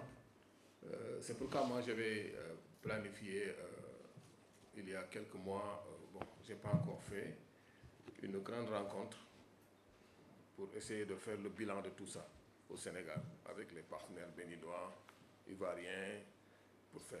Je sais que ces processus-là existent, mais il nous faudrait quand même ne pas tomber dans le fait de vouloir refaire ça. Comme ceci a été déjà fait, c'est pourquoi j'avais dit qu'il faudrait qu'on se rencontre pour ne pas réinventer la roue. Le Sénégal pourrait économiser beaucoup de ressources, beaucoup de moyens à réinventer des choses. Et j'avais également effectivement demandé à ce que ce grand atelier-là soit organisé à Dakar, avec le financement de la présidence du Sénégal, pour discuter de comment. Parce que je vous dis que dans le référentiel au Sénégal, c'est le mot engagement africain qui est mis partout avant. Même au niveau du ministère des Affaires étrangères, vous avez le ministère de l'intégration africaine et des Affaires étrangères. Et dans les piliers, vous avez bonne gouvernance et engagement africain. Donc, nous voudrions que tout ce que nous faisons au Sénégal soit fait dans un cadre de coordination, d'harmonisation. Parce que nous savons que nous ne pouvons pas représenter grand-chose individuellement. Nous en sommes conscients. En tant que nouveaux dirigeants, nous savons que le Sénégal a beaucoup perdu de temps en restant un peu cloisonné. On a fait, effectivement, les présidents précédents ont fait beaucoup d'efforts. Abdoulaye Wade l'avait compris. Il avait été dans l'initiative NEPAD, il a créé le plan Oméga, il a travaillé, mais ça, le NEPAD même, bon, j'en entends plus parler. L'Union africaine également, les États ne suivent pas. Et aujourd'hui, le grand défi, effectivement, c'est de reprendre tout ça et de faire tout, au moins, pour que ces deux objectifs escomptés-là soient au moins réalisés. Une directive de l'UEMOA, au moins, et la création de ce fonds-là. Et je pense que si nous tous nous y mettions avec l'appui des partenaires, nous pouvons le faire très rapidement. Parce qu'on a l'habitude en Afrique de prendre du temps pour faire les choses. Donc moi, je suis venu ici pour effectivement apprendre tout cela afin d'en rendre compte au président de la République, qui est très sensible à ces questions d'intégration africaine, qui voyage. On l'a même reposé de ne voyager qu'en Afrique, parce que lui, il ne voyage pas à l'étranger, il va en Éthiopie, il va au Rwanda, il va en Côte d'Ivoire, mais il ne voyage pas au niveau international. Parce que lui, ce qui l'intéresse aujourd'hui, c'est effectivement, il est conscient qu'il ne pourra pas faire grand-chose si, en Afrique, cette dynamique d'intégration-là, sur le plan économique, sur le plan monétaire, n'est pas réalisée. Et on est en train de faire tous les efforts pour que ça prenne. Parce qu'on sait que notre réussite dépendra de cela. Sur le plan commercial, vous voyez tout le potentiel qu'il y a en termes de valeur ajoutée qu'on pourrait créer. Aujourd'hui, si par exemple au Sénégal, on jette 25% d'oignons chaque année, parce que tout simplement, le Nigérian a des contraintes de change pour venir les chercher. Il y a des cloisons. Et que si on avait pris la même monnaie, la même devise, ça aurait pu être facile. Donc tout ça, on est conscient. Parce que sur le plan de l'évaluation, cet écosystème-là en Afrique doit être coordonné. Il faut qu'on travaille ensemble. Je pense que donc, comme le travail a déjà démarré, je pense qu'il faudrait qu'on travaille. Et je vais vous dire une chose, nous sommes tout à fait conscients que le défaut d'évaluation pose énormément de problèmes et fait perdre beaucoup d'argent. Moi, je suis un économiste en régulation. Je sais qu'en mettant 1 franc dans la régulation, on récupère 1000 francs en termes de surplus collectif pour le consommateur. En mettant 1 franc dans l'évaluation, qu'est-ce qu'on peut récupérer en termes de remédiation dans les politiques pour gagner de l'argent? Qu'est-ce qu'on peut gagner? Il faut évaluer ça d'ailleurs. Il faut faire une méga évaluation sur ça, pour voir chaque franc injecté dans l'évaluation, pour convaincre les autorités. C'est-à-dire que si vous mettez 1 franc dans l'évaluation, vous en récupérez, vous en économisez 1000 ou 2000. Comme ça, c'est clair pour eux. Ils vont s'y engager. Et on est tenu. Moi, je suis sûr qu'on est tenu. Je donne juste un exemple. En 1999, au Sénégal, on vend une licence de télécom à Millicom International à 50 millions de francs CFA. Tout de suite, on a vu le Kenya qui avait fait l'évaluation, qui a vendu à 44 milliards. On a vu la Tunisie qui avait fait une évaluation, la vanne, la valeur actuelle. Ils ont fait une évaluation, ils ont vendu à 98 millions de dollars. Tout de suite, on a vu qu'au Cameroun également, où il y avait eu une évaluation, ils ont vendu à plus de 40 milliards de francs CFA. Nous, on avait vendu à 50 millions, comme ça. Abdoulaye Wade est venu en 2001, il a confisqué la licence pour dire que ça a été bradé. Et ça a créé des problèmes au CRDI, porté plainte au niveau international. Bon, jusqu'en 2013, l'affaire n'a pas été dénouée. C'est des défauts d'évaluation. Aujourd'hui, au Sénégal, vous avez la brèche qui a été faite à Saint-Louis, qui cause énormément de dégâts, parce qu'il n'y a pas eu d'évaluation. On a eu un contrat avec ArcelorMittal sur le chemin de fer. Ils n'ont rien fait. Ils ont joué de nous, quoi. Après, ils sont partis. Le cabinet américain Gustafson a évalué le préjudice à 5 milliards de dollars. Ils nous ont dédommagé à 110 millions de dollars. Vous voyez, donc tout ça, c'est des défauts d'évaluation dans les contrats, dans les politiques publiques. Et que ce soit évaluation ex-ante, évaluation ex-post, il nous faudra vraiment organiser tout cela afin d'économiser énormément d'argent. Ça, c'est l'économiste qui vous parle. Il y a beaucoup de choses à économiser. Il y a beaucoup d'argent, beaucoup de gains en termes d'efficacité qui peuvent être engrangés en faisant ça. Merci beaucoup. Merci. De l'évaluation commission de devoir. Voilà. Je suis là, je suis accompagné par d'autres collègues, M. Jean-Jacques Mongo, notre ancien directeur, coordinateur de la cellule d'évaluation. Alors, je suis là, je pense, pour ces 3 jours. C'est pour dire que nous avons aussi pris la température de l'évaluation. Avant de revenir sur, je dirais, l'interpellation de M. le ministre, je dirais que nous avons un nouveau plan stratégique. Et avant bien cela, nous comptons vraiment mettre l'accent sur l'évaluation. C'est pour cela, à la stratégie, nous avons lié maintenant l'évaluation. Et pour dire que, au fait, nos interventions, on ne peut pas avancer là-dessus. On ne peut pas savoir si nous avons touché le quotidien de la population communautaire sans évaluer nos programmes, nos interventions. Donc nous sommes dans cette dynamique, dans cette logique-là.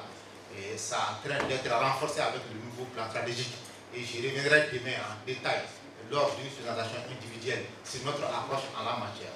Maintenant, en ce qui concerne les 2 points, je pense merci au Bénin qui avait saisi en son temps effectivement la commission de l'UMOA pour voir la possibilité d'un côté de mettre en place un fonds d'évaluation. Parce que sans financement de la partie d'évaluation ex ante où les gens pensent que c'est du superflu, on ne va pas avancer sur la question. Voilà. Donc ça c'est en fait un point et nous sommes en train d'échanger beaucoup en ce moment avec la BOAD parce que nous estimons que c'est la banque de développement qui doit prendre le lead sur le point fonds d'évaluation. Maintenant, en ce qui concerne la directive, je pense que la Commission est l'acteur le mieux placé pour bouger, amener les États sur une directive afin d'harmoniser nos approches, je dirais nos pratiques à la matière. Donc ça se discute beaucoup en ce moment. Et je pense qu'Inch'Allah, bientôt, vous aurez quand même quelques initiatives à la matière, ou bien sinon des ateliers régionaux pour aller vers la directive.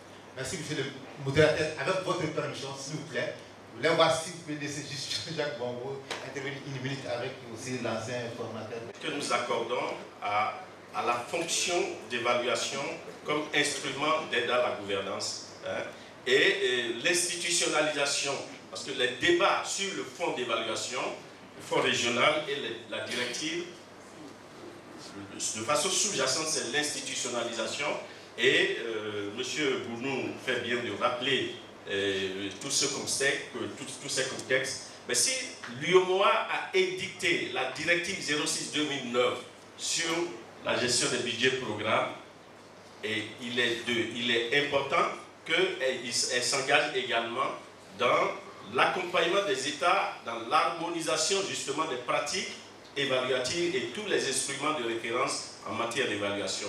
Et comme l'a dit mon collègue Dr Diarra, nous travaillons, c'est vrai que l'impulsion a été donnée par le Bénin. Le processus a commencé sur la base même d'une feuille de route que nous avons définie ensemble avec la BOAD, mais je crois que le processus continue. Il s'agit des réformes importantes pour lesquelles la commission de l'UMOA est bien engagée à accompagner. Je voudrais, avec votre permission... Monsieur Sikongo Clément, j'ai piloté la cellule d'évaluation de la commission de l'UMOA et comme également conseil technique du président de la commission de l'UMOA pour les questions d'évaluation. Donc j'ai été l'acteur principal de toutes ces négociations avec 3 IE, avec qui la commission a signé en 2016 un mémorandum d'entente sous l'égide également du Bénin avec M. Bounou. Nous avons également travaillé avec la plateforme EPRADI, qui est une plateforme des comités régionaux en termes d'intégration. Donc la question est de voir comment la commission peut, dans son rôle normatif, prendre des textes. Ça peut être une directive, ça peut être autre chose. Vous savez que la commission légifère avec 3 textes, il y a les directives, il y a les règlements et il y a les décisions. Donc la question n'est pas encore tranchée, est-ce que ça va être une directive, est-ce que ça va être un règlement ou une décision, étant entendu que les textes ne sont pas adoptés de la même façon, ils ne sont pas mis en œuvre de la même façon, puisque la directive est un peu plus longue, le règlement et la décision sont beaucoup plus pratiques. Mais pour dire que la question est vraiment sur la table du président et que c'est un dossier qui avance, y compris avec même la BCAO. Nous avons eu des rencontres avec la BCAO, avec la BOAD, avec le Bénin. Je pense qu'il y a une équipe de 3 IE qui devait rencontrer le président avec le Bénin pour donc finaliser cette question. Donc juste dire que ça avance. Je veux donc rassurer M. le ministre que ça avance et ça donne bon. Mais je pense que ça va aboutir très bientôt sur un texte normatif sur l'évaluation. Merci. Merci. Et à M. Suleiman Diarra-Koraï. Membre de Sénégal, coordonnateur du réseau francophone des organisateurs émergents. C'est tout un plaisir donc d'avoir ici notre ministre conseiller, Michel Ndiaye. Et ma question va directement l'interpeller. Nous avons discuté hier, je pense, et on a lu à travers ces propos qu'il y a l'engagement du nouveau gouvernement, n'est-ce pas, à faire de l'évaluation un des piliers véritablement de l'efficacité des interventions. Mais tout à l'heure, en l'entendant, j'ai un peu frissonné parce que je sais combien il y a vraiment de la matière à évaluer, non seulement pour les projets, les interventions qui sont passées, mais également pour tout ce qui a été planifié dans le nouveau référentiel.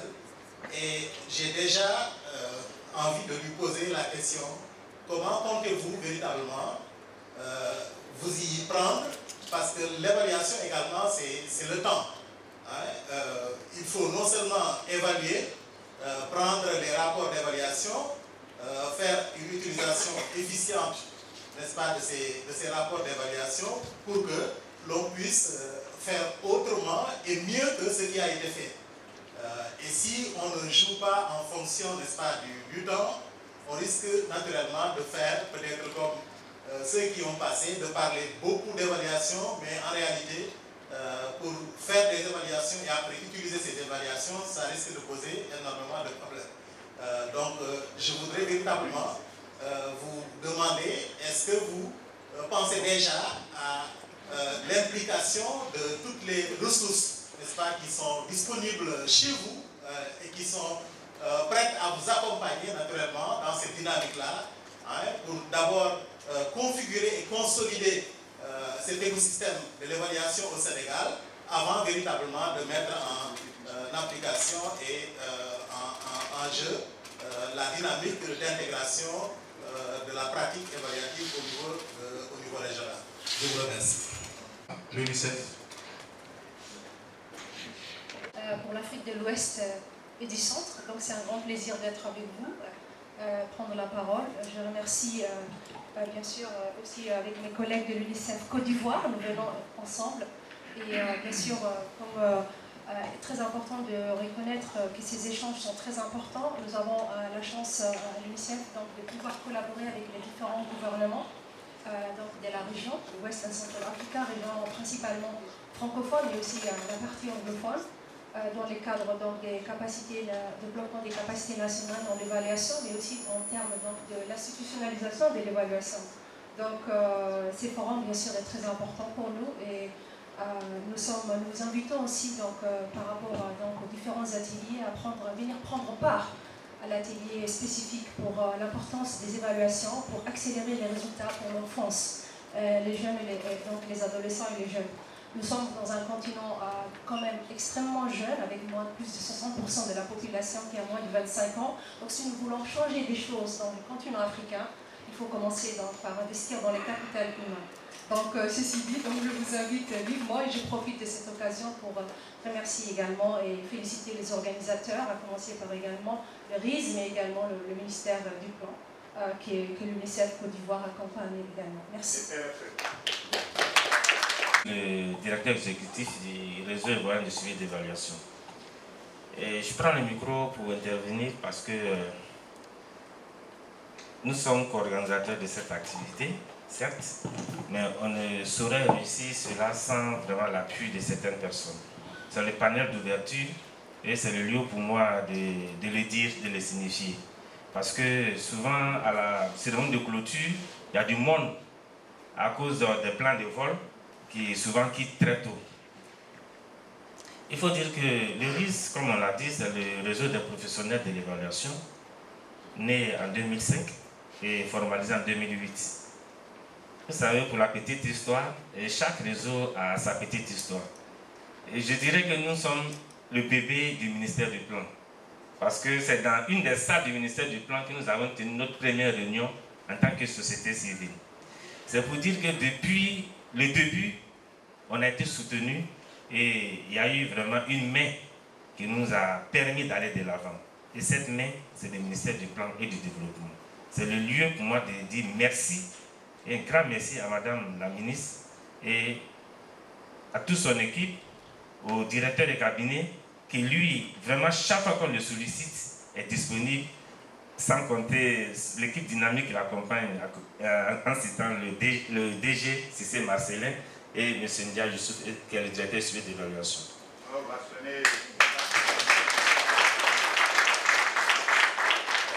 Je voudrais aussi dire que si nous avons réussi, c'est parce qu'aujourd'hui, avec la loi sur l'évaluation, il y a un écosystème d'évaluation qui aujourd'hui est encore du voie dynamique et qui vraiment marche. Parce que cette loi a défini le rôle de chacun. Aujourd'hui, on a les institutions qui sont avec nous. On a le Sénat, on a l'Assemblée nationale, on a la haute autorité pour la bonne gouvernance, on a la Cour des comptes aussi qui est avec nous. Nous avons l'inspection générale d'État qui nous accompagne dans tous nos événements. Ils étaient au FIFA au Maroc avec nous. Et il y a l'inspection générale des finances qui est toute nouvelle, voilà, mais qui aujourd'hui est là avec nous, qui vraiment est là en force. Et on a aussi la direction du contrôle financier qui est pleinement représentée. Et nous avons les partenaires. Quand vous allez au siège du RIS, c'est équipé partout. Finalement, on pensait même que c'était le siège second de l'UNICEF. Parce que tout est marqué UNICEF, UNICEF, UNICEF. Pour dire que vraiment l'UNICEF nous soutient depuis le début jusqu'à aujourd'hui. Vraiment, on n'a jamais été abandonné. On a aussi le PNUD qui nous accompagne pleinement. Il y a l'UNFPA qui nous accompagne. Il y a ONU Femmes. Il y a aussi l'université Philippe Soufé-Boigny qui nous accompagne. Il y a l'école nationale d'administration. Il y a l'école normale supérieure. Il y a l'école d'administration publique de Québec, l'ENAP, qui est un partenaire clé, qui a formé beaucoup de personnes pour le RIS, vraiment, je dirais gratuitement, avec des bourses offertes dans le cadre des activités du RFE, vraiment que je tiens à saluer ici, parce que le RFE, dans ce partenariat aussi, a fait beaucoup pour les jeunes évaluateurs qui aujourd'hui, pour la plupart, ont émergé vraiment. On a aussi la BAD. Je vous dis, si on devrait tenir le FIFE à Abidjan, peut-être que la BAD aurait été sollicitée. Parce que l'AFREA que nous avons organisé en 2019, nous avons fait tous les ateliers dans les locaux de la BAD. Et donc, c'est le lieu de saluer IDEV, ici aussi qui est pleinement représenté, Karen qui est représentée par, je crois, 2 personnes de la BAD. Et il y a la Banque mondiale aussi, avec son programme JPAL. Et il y a l'AFD, il y a la coopération allemande, la GIZ, il y a le RFE bien sûr, il y a l'AFREA qui nous soutient, qui serait ici s'il n'était pas en train de préparer la 25e année d'existence. Voilà, et donc je pense que nous sommes de tout cœur avec eux actuellement et nous allons aussi envoyer un représentant là-bas pour dire que nous sommes là. Et il y a aussi l'OICE, il y a la francophonie elle-même, il y a le Centre national des calculs, qui est le plus grand centre en Afrique au sud du Sahara pour l'hébergement et le calcul des données scientifiques de haute portée pour l'industrialisation. Parce que vous savez, on a pleinement inscrit notre action au niveau de la Côte d'Ivoire, au niveau de l'axe 2, sur l'industrialisation. Pour dire aussi que vraiment il y a des outils qui accompagnent et cette structure-là aussi nous soutient.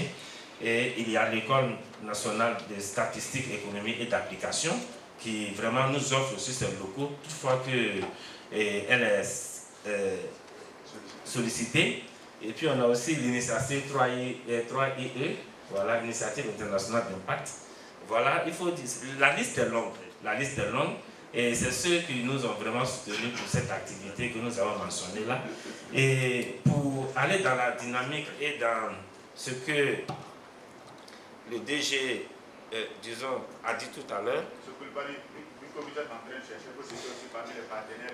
Et donc, pour rester dans la dynamique, DG l'a dit tout à l'heure, il y a une plateforme, parce que nous, en tant que réseau d'évaluateurs, nous nous inscrivons dans le cadre de la plateforme des acteurs du contrôle citoyen, conformément à la loi,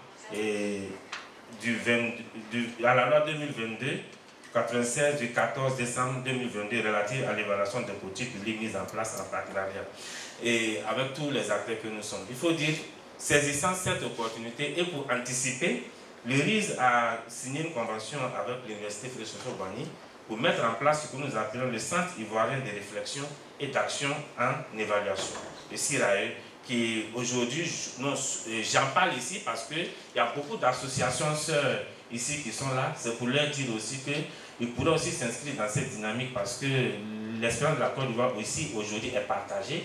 Et on souhaiterait aussi voir aussi ces appareils aussi créés au sein des autres pays, surtout sous l'égide disons sous l'initiative des associations qui sont ici. Il faut dire que le CIRAE est un espace de collaboration et d'échange entre apprenants, sachants, praticiens et professionnels de l'évaluation. Et cela faciliterait les échanges et les travaux sur l'évaluation en tant que champ disciplinaire aujourd'hui dans un monde assez complexe, comme l'a dit Sandrine. Et cela nous permettra aussi de réfléchir au plus haut niveau sur les questions de pratiques en matière de gouvernance. Il faut dire aussi que l'opérationnalisation de ce centre permettra à la communauté des évaluateurs que nous sommes et qui s'inscrivent sur la plateforme du contrôle citoyen de disposer d'un espace universitaire, de réflexion, de travail sur les questions d'évaluation des projets de développement et surtout de politique publique. Je vais m'arrêter là, ne pas être assez long. Merci. Merci de comprendre que... Merci aussi à tous les... Sur ce que nous entendons faire. Il faut savoir que le référentiel Sénégal Horizon 2050 est fait en 3 séquences. Il y a la stratégie nationale de développement 2025-2029.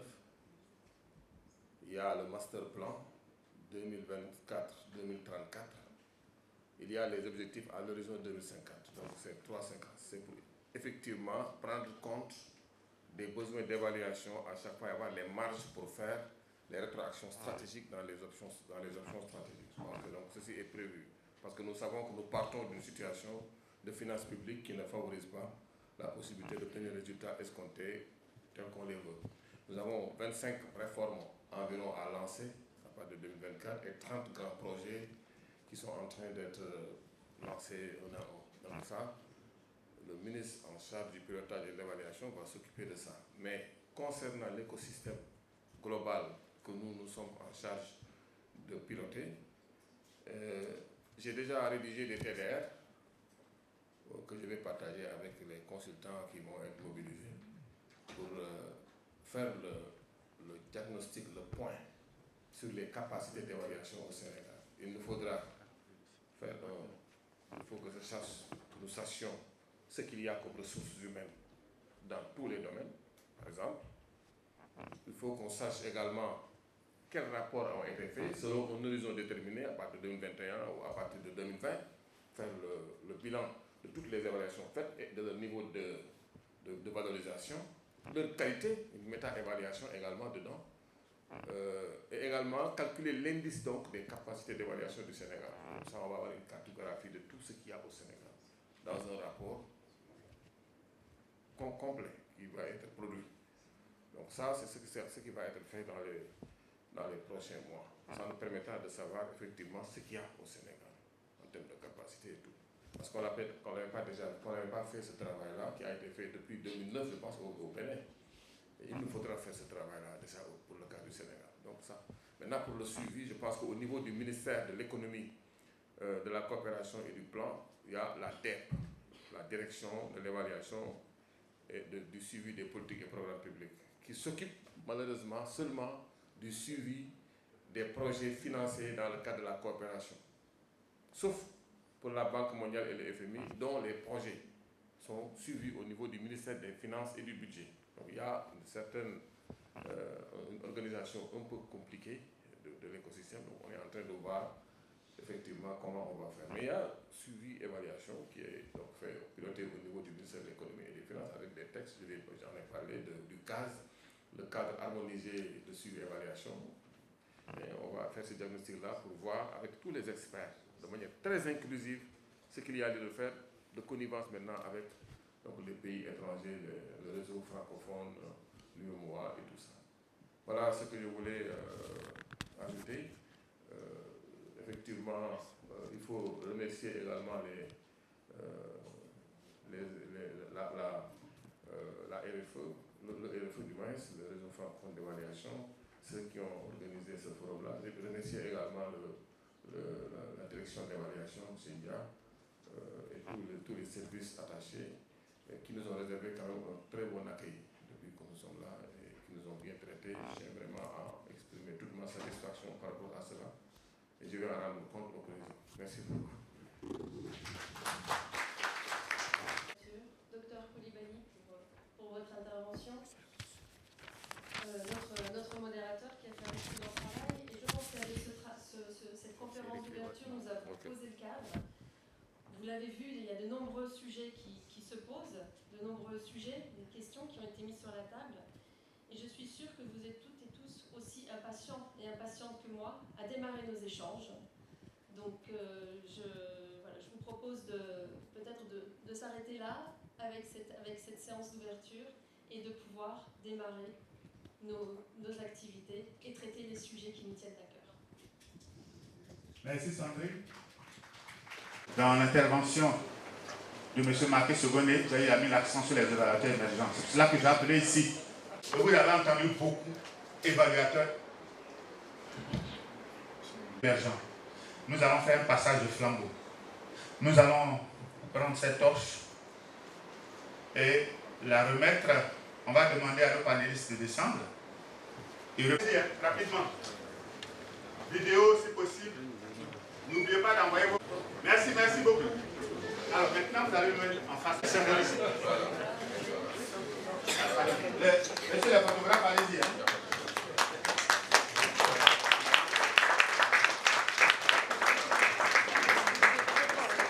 Merci. Bien, merci beaucoup. Le gouvernement, les partenaires au développement et l'aide. Cette symbolique met fin. Donc, à la deuxième séquence, après la cérémonie d'ouverture. Excusez, la photo finalement se fait au bas.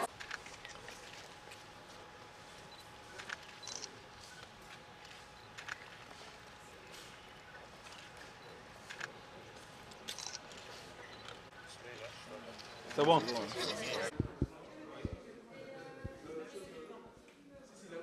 C'est parfait. Je tiens.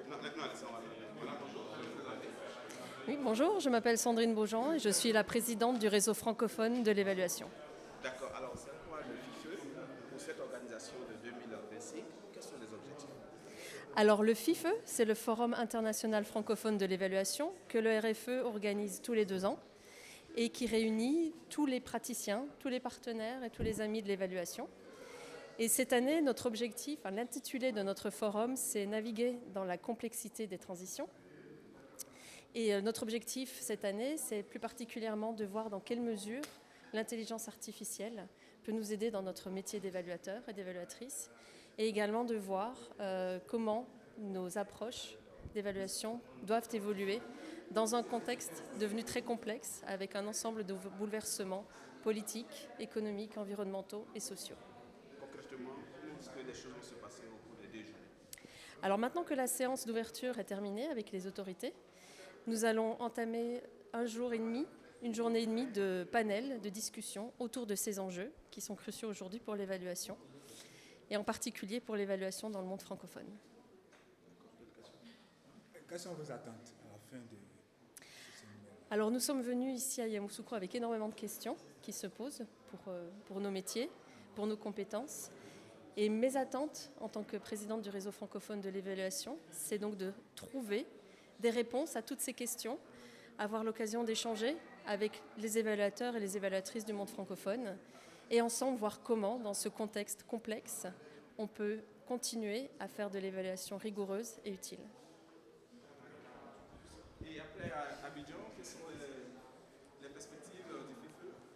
Alors après ce FIF, donc nous avons déjà, après ce FIF à Yamoussoukro, nous allons bien sûr préparer des actes pour permettre aux personnes qui n'ont pas eu la chance de nous rejoindre de prendre connaissance de tous les échanges que nous avons eus ici à Yamoussoukro.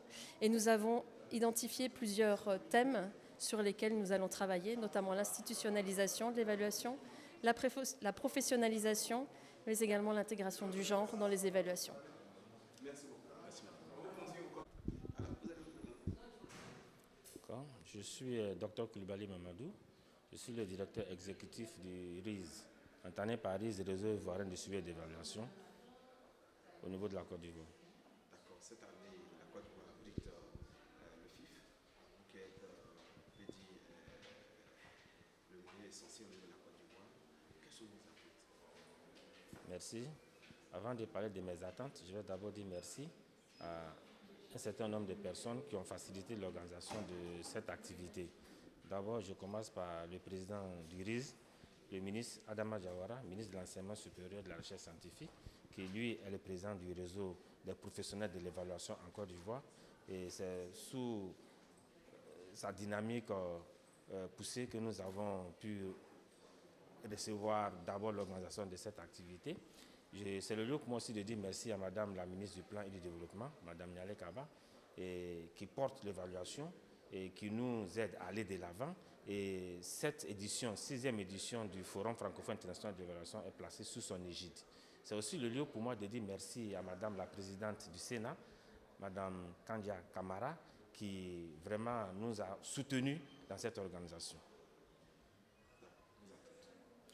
Nos attentes, c'est que les synthèses que nous allons avoir au sein de cette activité puissent être un modèle made in Côte d'Ivoire. Déjà, nous avons déjà un modèle parce que la Côte d'Ivoire est citée en bon exemple, en bon élève, parce que nous avons dans notre loi fondamentale, depuis 2016 et aussi depuis 2024, on a la loi sur l'évaluation des politiques publiques. Et cette expérience a été partagée, les autres ont eu bon écho de ça. Et nous attendons que cette expérience que nous avons en tant que francophones puisse servir aux autres pays francophones et que les assises d'Abidjan puissent vraiment lancer une nouvelle dynamique dans la complexité des modèles d'évaluation que nous avons aujourd'hui au niveau mondial.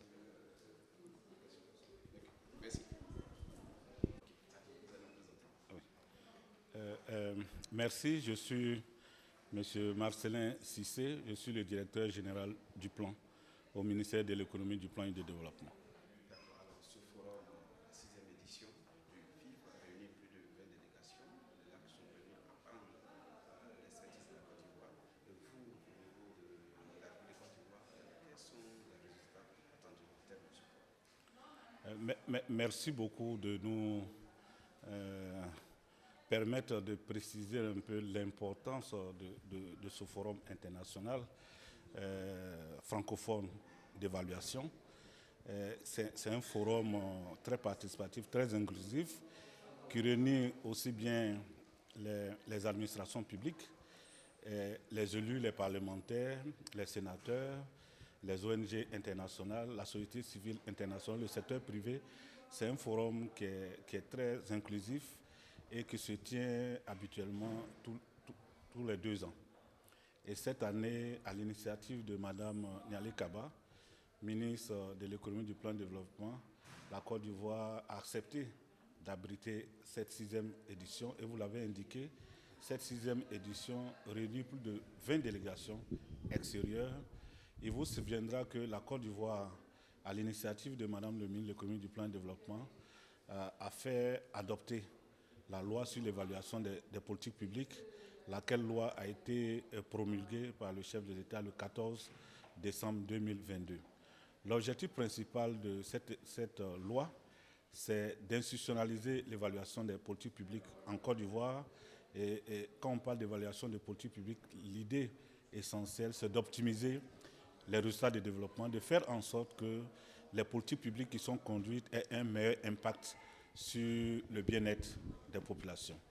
Donc nous sommes dans ce cadre. La Côte d'Ivoire est l'un des pays pionniers à la matière et nous sommes heureux de partager cette expérience avec les autres pays, les autres délégations venues de l'extérieur, montrer que la Côte d'Ivoire, dans sa dynamique de transformation de son économie, s'appuie sur l'évaluation des politiques publiques pour optimiser encore une fois les résultats de développement.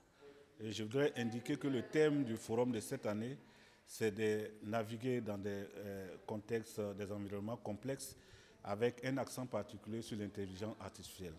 Et vous savez que dans nos États également, nous sommes tous engagés dans la modernisation de nos États, dans la modernisation de nos économies. Et l'intelligence artificielle s'impose aujourd'hui comme un levier essentiel de renforcement de la productivité globale des économies et bien entendu d'optimisation également des résultats de développement. Et donc nous attendons qu'à travers ce forum, nous puissions partager les meilleures pratiques en matière d'intelligence artificielle, en matière d'instrumentalisation des politiques publiques et voir comment on peut capitaliser sur les expériences reçues ailleurs pour renforcer notre dispositif d'appropriation de la loi sur l'évaluation des politiques publiques. Merci beaucoup. Haji Mounirou Ndiaye, économiste, enseignant-chercheur, ministre conseiller, chef du bureau de suivi et d'évaluation des politiques et programmes publics au Sénégal. D'accord, on va revenir un peu sur votre participation au FIFA 2025. Oui, nous sommes très heureux d'être là. Je pense que la question de l'évaluation fait partie des questions prioritaires qu'il nous faudrait aborder, notamment dans le cas du Sénégal, comme vous le savez, qui vient de lancer un nouveau référentiel. Et dans le cadre de ce référentiel-là, il y a une stratégie nationale de développement 2025-2029 qui va concerner le lancement de 25 réformes et d'environ 30 projets. Et tout ceci pose un grand enjeu et de grands défis liés à l'évaluation. Je pense que notre présence ici également est justifiée par le fait que nous partageons un cadre, d'abord l'UEMOA, nous partageons également un cadre, la CEDEAO, nous partageons également le réseau francophone de l'évaluation qui nous a amenés ici aujourd'hui pour discuter de l'évaluation. Je pense que donc c'est tout un plaisir d'être là et d'échanger sur comment on va configurer l'écosystème de l'évaluation dans un cadre coordonné, harmonisé, afin d'obtenir les résultats escomptés en Afrique. D'accord, c'est une manière pour vous aussi de venir apprendre côté des pays comme le Maroc, la France, la Côte d'Ivoire. Effectivement, je pense que l'évaluation quand même est une question technique qui demande beaucoup de coordination sur le plan scientifique. Je pense qu'aucun pays ne peut réussir de manière cloisonnée. Et d'ailleurs, tout à l'heure, comme l'a dit le représentant du Bénin, des efforts ont été intentés depuis longtemps pour qu'il y ait un cadre harmonisé en Afrique. Déjà, une directive était attendue. Maintenant, même un fonds d'évaluation. Je pense que cette dynamique communautaire, cette dynamique d'intégration, elle est fondamentale. Il faudrait continuer cette dynamique-là. Ça pourrait même inciter les États au niveau local, comme cela a été le cas dans le cadre de la réforme budget programme, de mettre ça sous forme de contrainte et de positionner l'évaluation vraiment comme cet outil-là qui va guider maintenant dorénavant les politiques publiques.